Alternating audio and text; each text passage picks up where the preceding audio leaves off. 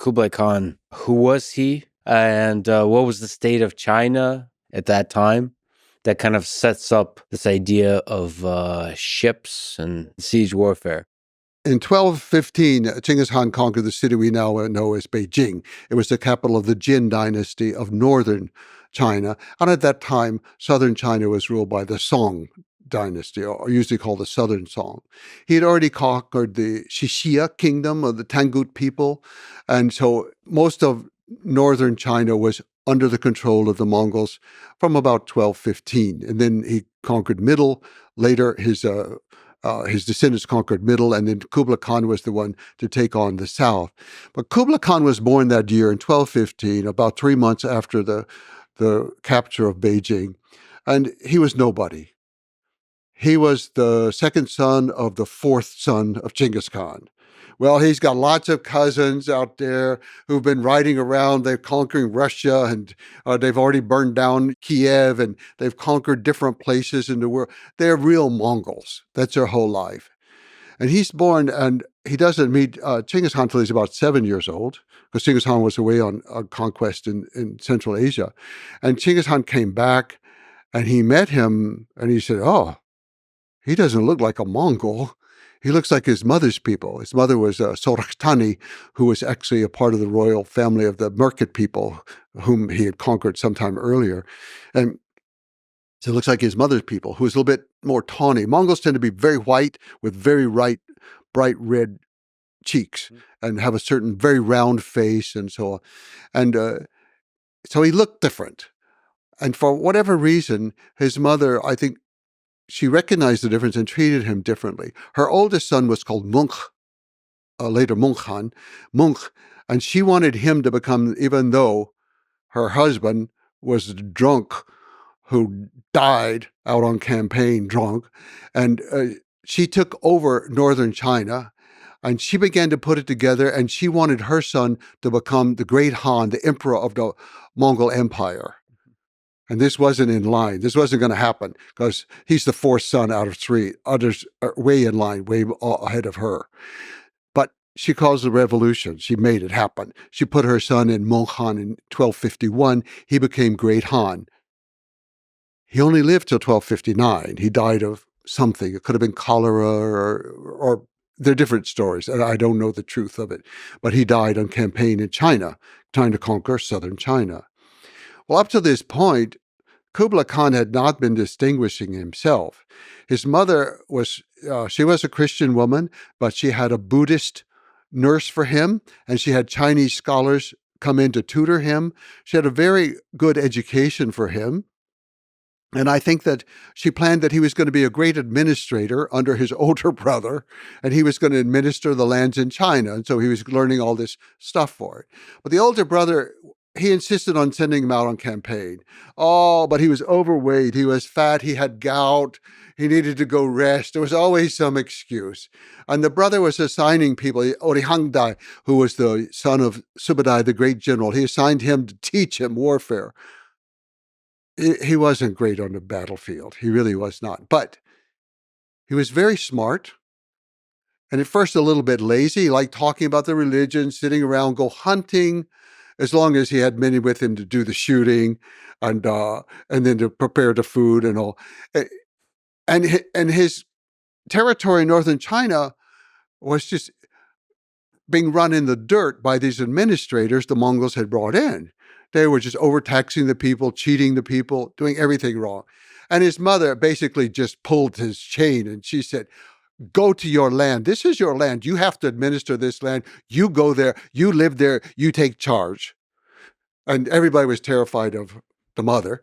And so he ran off to China and he started administering his land and he started learning how to do it. Well, when his brother died in 1259, he was down on the Yangtze River on a campaign that he was sent by his brother. He was having no success at all. But he thought, okay, the brother's dead. I should finish the campaign. Meanwhile, his youngest brother, Arikhbok was another hothead Mongol like their father, Tolu. He was rather hot-headed, and he was back in Mongolia, and his tolerance for religions, had to oversee the debate one time between the Taoists and the Buddhists, because the Mongols thought the Taoists were overtaxing everybody, the Buddhists, and so he had to oversee it. He got mad and he picked up a statue of the Buddha and beat the Taoist representative to death. So he just wasn't good for moderating debates. So he was going to be the new great Khan. So he was declared the great Khan in Mongolia. But this was a turning light for Kublai Khan, who had never achieved much of anything other than talking to people. So his wife, Chabi, sent him some coded messages, basically telling him, forget about southern China. It's going to always be there. You can conquer that some other time. Right now, your brother is taking over the empire. You should be the new emperor. You are the next son after Mongol Khan. And somehow she invigorated him.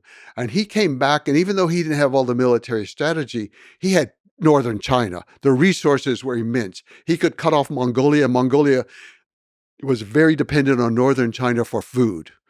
All the Mongols supported Arikbok. All the ones in Central Asia, all of them were supporting Arikbok. And so he went to get food from them, and then they didn't want to give up their food. Yeah, we want to support you for Great Han, but we're not giving up our food. So he was basically kind of starved into submission in 1262, and then he was taken prisoner into China, and then he mysteriously passed away in 1264, while a legal case was being brought against him for trial, but he never made it to trial. He was gone. So Kublai Khan had not really distinguished himself very much, but he didn't have the genius of his grandfather. I won't say that, but he was smart and clever. He understood more about China than most Mongols did, and he understood more about Mongols than most Chinese did. So the great thing left that Genghis Khan said on his deathbed, finish conquering China. That was the great objective. So Kublai was going to fulfill this, and they didn't know how. The Great Wall of Ships was protecting the Southern Song. This huge Yangtze River was so wide. The ocean on the side, all of these things were protecting them. So he had one of his very smart generals named Aju, who was a real Mongol, but he was also able to think in an innovative way. He was the grandson of Subadai, and he went with his father Urihang Gadai on the conquest of the Red River of northern Vietnam against the Dai Viet people. They went down the river. They were trying to surround the Chinese territory. They were going to hit them from the north, from the west, and from the south. So they went down the Red River and to conquer the Dai Viet. The Dai Viet moved their army up on the other side by boat, and then they had a whole corps of elephants. So you have the Mongols on one side of the river and the Dai Viet forces on the other side. Urihang was a smart man, not a genius, but smart. And he already knew from campaigns in Burma that the only way to rout the elephants was with flaming arrows to the feet.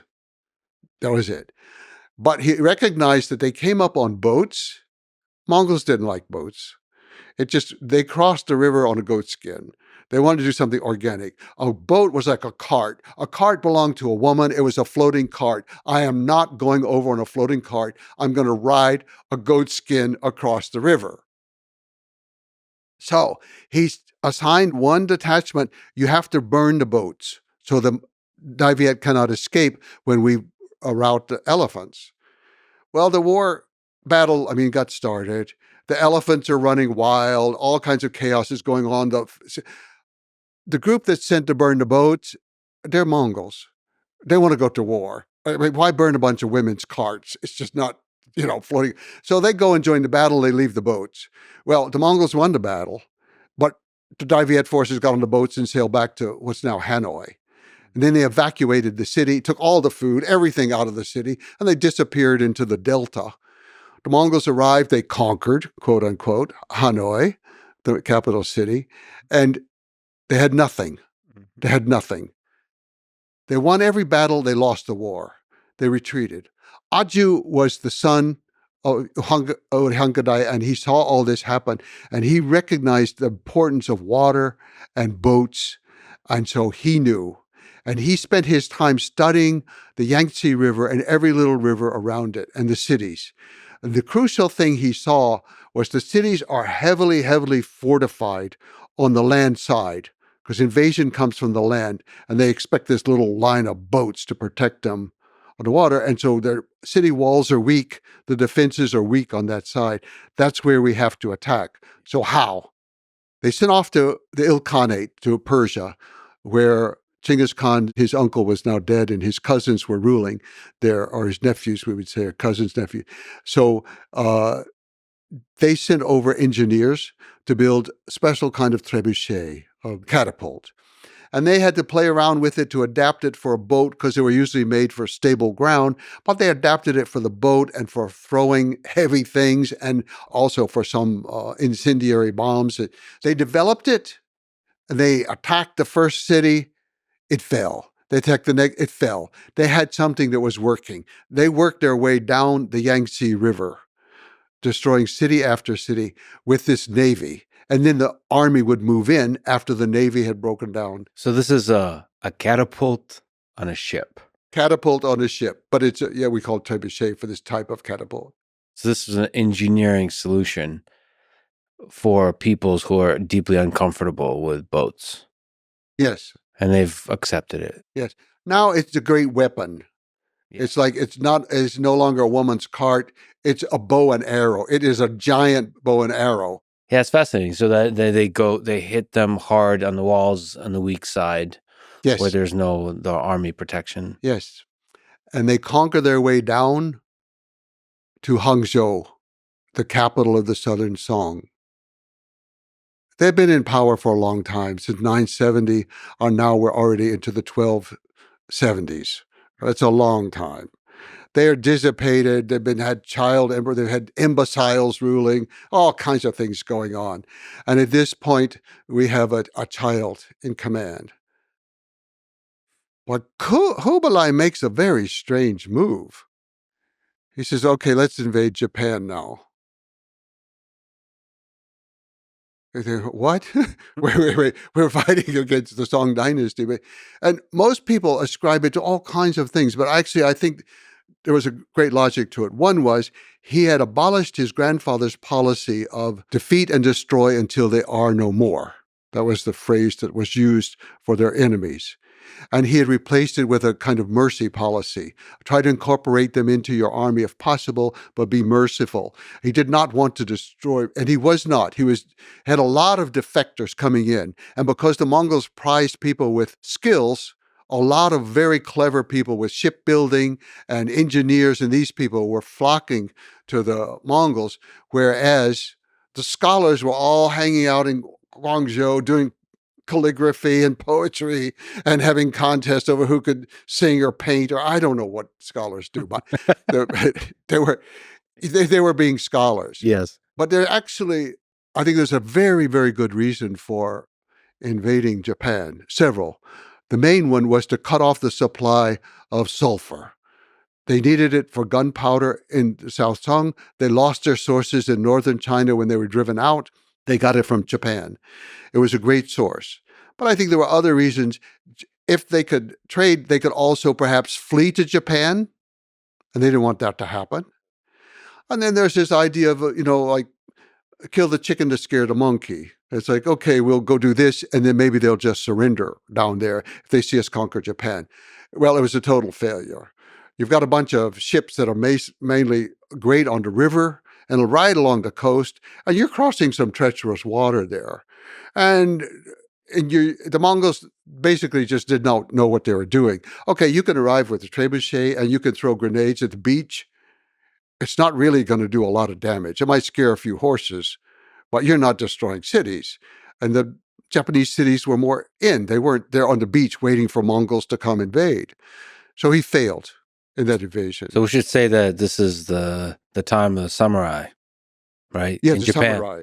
Yes. So there was never a real test of No, there battle. was some fighting, and the samurai learned some very valuable things. The samurai had such a ritualized way of life. It's like the knights of Europe. Yes. coming out with armor that had to be lifted up on a crane onto a horse. And I mean, it was just craziness. The samurai, almost at that point, you ride out in front of your enemy and you recite the story of your genealogy. Right. Oh, what? Mongols, they have no use for that. They're there to fight. They're there to win. But on the other hand, this was a unknown territory to them, and the weather did turn against them. But I don't want to give too much credit to the weather. I really think that the Japanese defeated them. The Mongols weren't well prepared. Their ships were not very good. They were defeated in the first invasion. Could they get off the ships onto the beach? Oh, they did. They had some skirmishes or small battles on land. Yes, they did. But they didn't successfully complete them. No. So they couldn't do their usual Mongol thing. You're right. Well, see, they don't have enough horses for one thing. Yeah. And there were many tactical things that they had done incorrectly. It's the first time anybody had ever tried to have such a massive invasion. Yeah. So they're just learning the basics of what it means to have a navy. So he has failed to conquer, and he's thinking like a Mongol that you rule those waters and lands, but he ruled the ocean. He stopped the trade. He stopped the supply. He cut off the possibility of the Song dynasty fleeing to Japan.